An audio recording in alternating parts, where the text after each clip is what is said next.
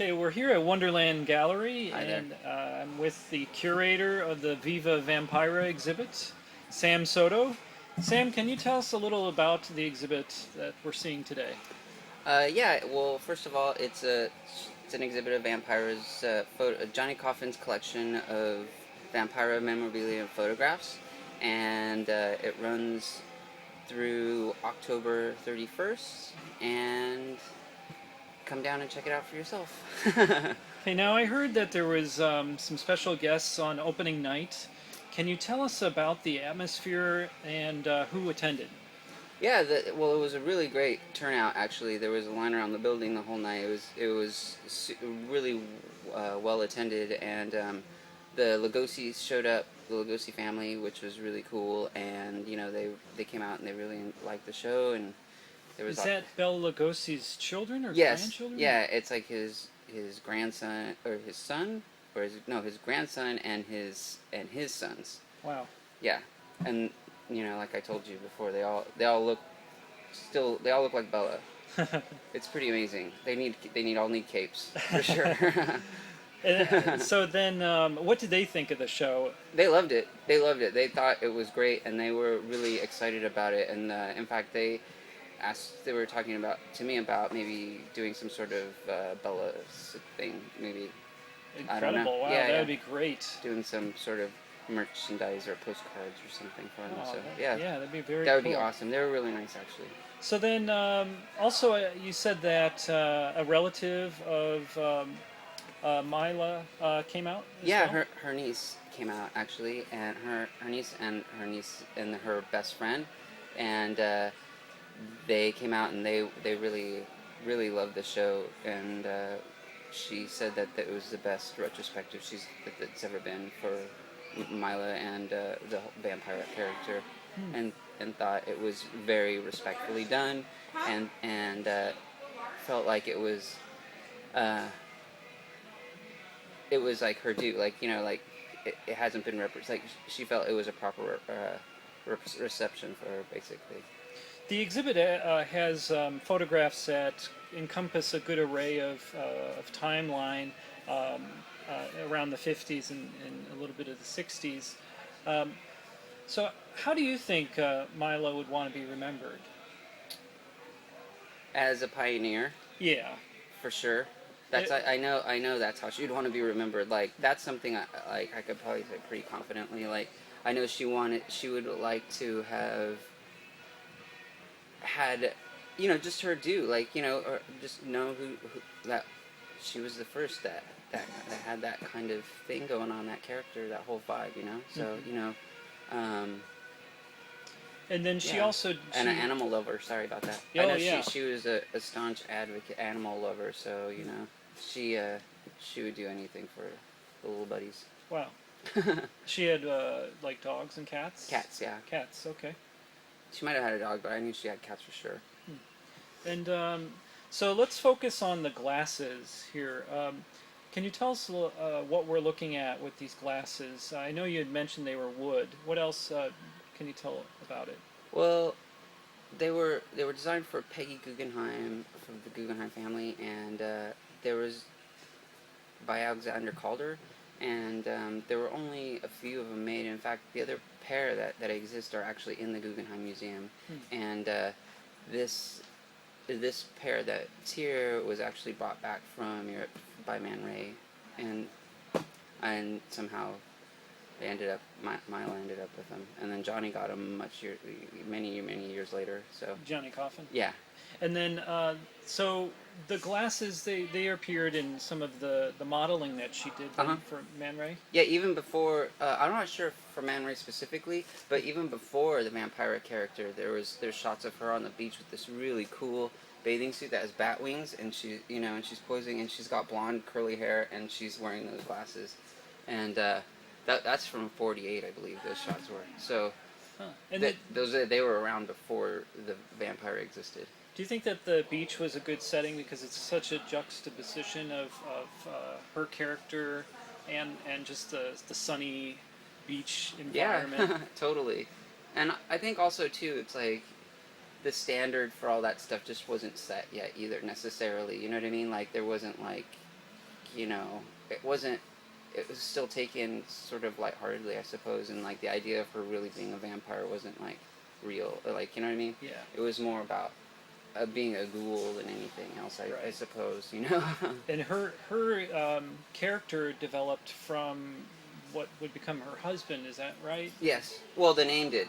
The name. The Okay. name did, not the character. She did. That's all her. Okay. So that's all. Like that was her. The book and like in her. There's notebooks.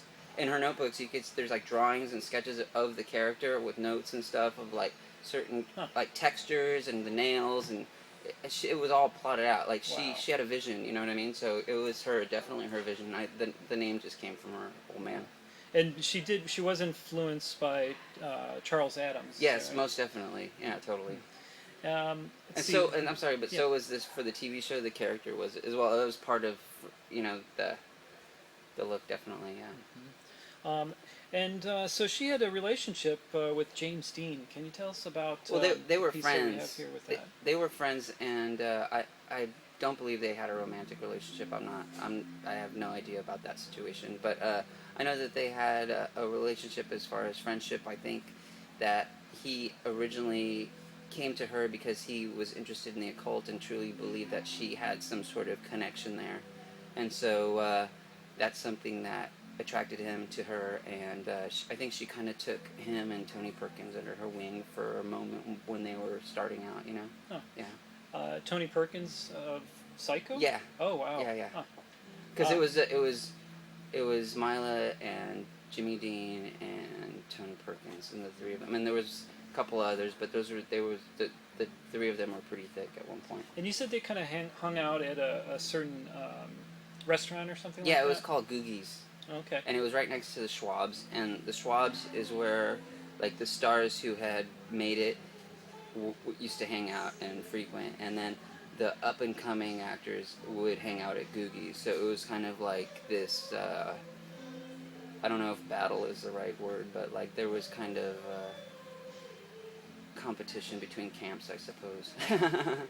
So the piece that we're seeing here with James Dean has actually drawn a picture of her when she had really short hair.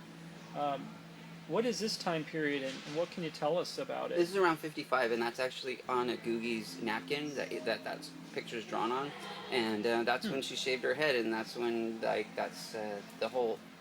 It says why is everyone staring? And it's because she's got a shaved head, and nobody looked like that at the time.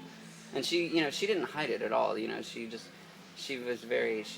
put it out there, But she looked great, so so that's the thing. It's like she wasn't trying to be Doris Day at all, Yeah, it's so shocking and cutting edge.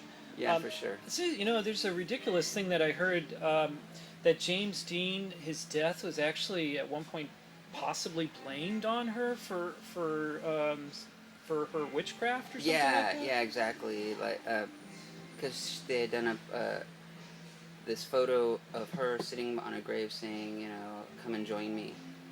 And he actually died. And I don't... But that was her shtick, so yeah. where else should she be? I don't know. I have no idea. And supposedly I